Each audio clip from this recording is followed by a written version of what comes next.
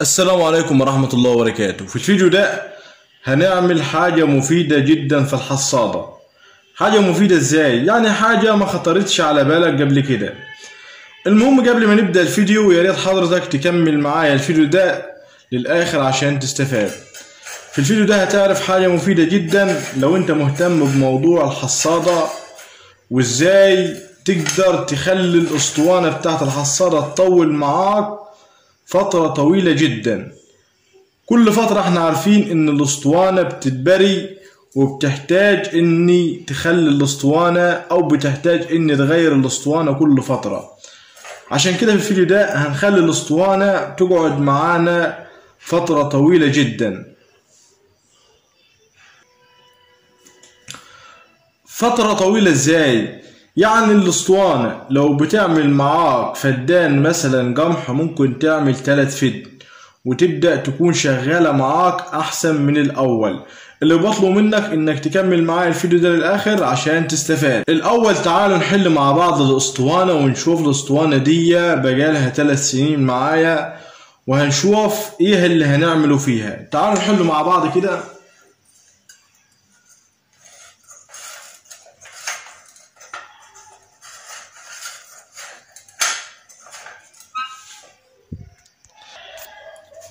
طبعا احنا حلينا الاسطوانة مع بعض.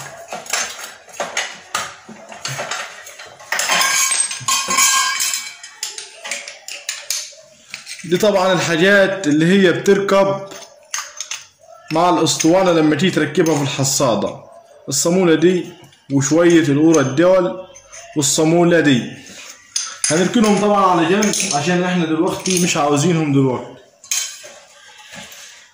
هنبدأ ننظف دي الحاجات طبعا من الشغل. عفش بيكون ملفوف تحت الاسطوانة. العفش ده بيخلي الاسطوانة تكون معترسة شوية، يعني بتكون يعني اللفة بتاعتها ضعيفة بسبب العفش ده. انت هتنظف لو في عفش موجود عندك هتنظفه. ادي الاسطوانة دي اديلها معايا اكتر من 3 سنين، بس هي بتتبري. كل ما بتتبري انا هعمل، يعني كل ما بتتبري بعمل فيها اللي انا هعمله دلوقتي. عشان كده فضلت فترة طويلة جدا معايا. انا جبت واحدة جديدة بس عشان دي شغالة معايا ما استعملتش اللي اشتريتها جديد. هي طبعا عليها صدى عشان هي لما بتتركن بيبقى عليها نسبة صدى. اول ما بتشتغل بيبدأ الصدى ده يتشال مع الشغل. تعالوا نشوف هنبدأ نعمل ايه فيها مع بعض. الاول قبل ما نبدأ يعني تعالوا بس نشيل الحصادة دي لورا كده عشان كده احنا مش عاوزينها تاني دلوقتي. الاول قبل ما نبدأ اللي عاوز اعرفه ليك ان انا بستعمل الصاروخ. الصاروخ ده طبعا يعني الناس الحدادين طبعا عارفينهم، عندهم فكرة عنه. بستعمل الصاروخ ازاي؟ الصاروخ ده لو انت مش هتعرف تستعمله يا ريت حضرتك تتفرج على الفيديو وما تعملش اللي انا هعمله في الفيديو ده. طب ليه انا بقول لك كده؟ لان الصاروخ ده خطر. لو انت ما عندكش فكرة عنه بيكون خطر على الناس اللي هم ما عندهمش فكرة. وعلى فكرة الناس اللي عندهم خبرة عن موضوع الصاروخ ده بيتعرضوا للخطر. فانت لو ما عندكش خبرة عن موضوع الصاروخ وعندك الصاروخ موجود او مش هتعرف تعمل اللي انا هعمله دلوقتي، يا ريت تعتبر ان انت ما شفتش اي حاجة. انا هبدأ ان انا اشغل الصاروخ وابدأ اوسع السنان بتاعة الحصادة. يعني بين كل سنة كده هبدأ اوسع السنان. يعني هنبدأ مع بعض.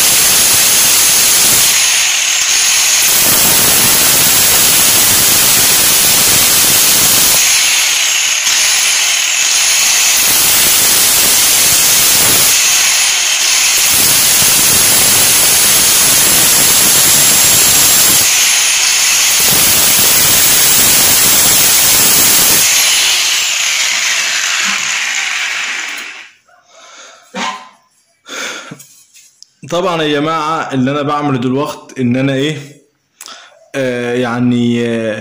باخد السنان دي سنة سنة لحد ما اخلص السنان كلها حوالين داير كده. باخدهم سنة سنة، ببدأ اوسع السنان دي بتيجي واسعة، لكن مع الشغل بتبدأ تتبري السنان. في حاجة غريبة ما بتتعمل في الاسطوانة دي، اني بيخلوا الحديد بتاعها مش ناشف. مش ناشف ازاي؟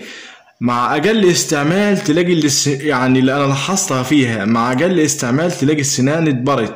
عشان تبدأ تشتري حاجة عشان تبدأ تشتري حاجة تاني، يعني انت عشان تغير اسطوانات كتير وتشتري كتير وهم يبدأوا يكسبوا من الحاجات دي. فاحنا هنستعملها فترة طويلة جدا لما نبدأ نوسعها بالطريقة دي. انا دلوقتي يعني عملت فيها حوالي 5-6 أسنان. هبدأ أخدها كلها بالوضع اللي حضراتكم شايفينه كده.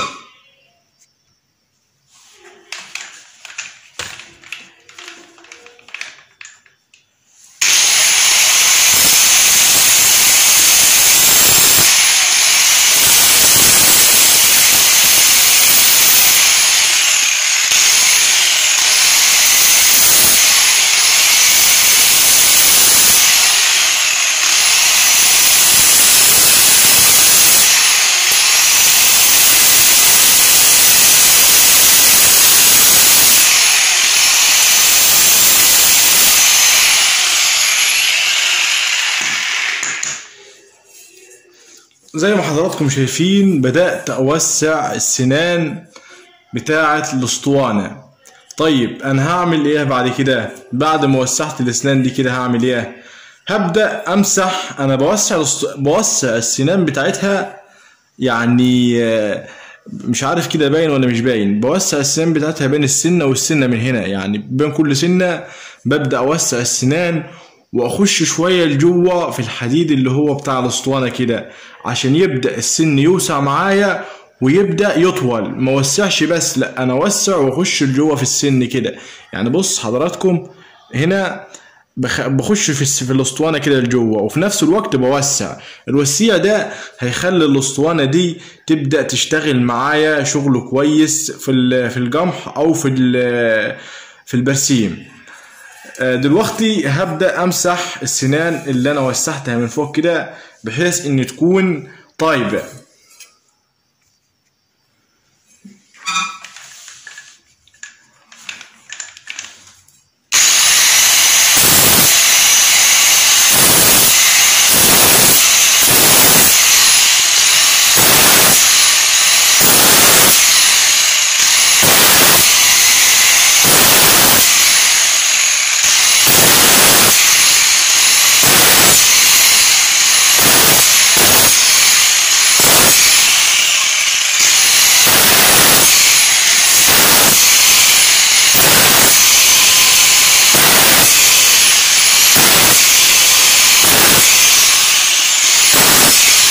طبعا انا كده خلصت. يعني انا مهما قلت لك ووصفت لك ان الاسطوانه بيجت احسن من الاول، يعني مش هيكون باين معاك في الفيديو، بس هيكون باين معاك ازاي؟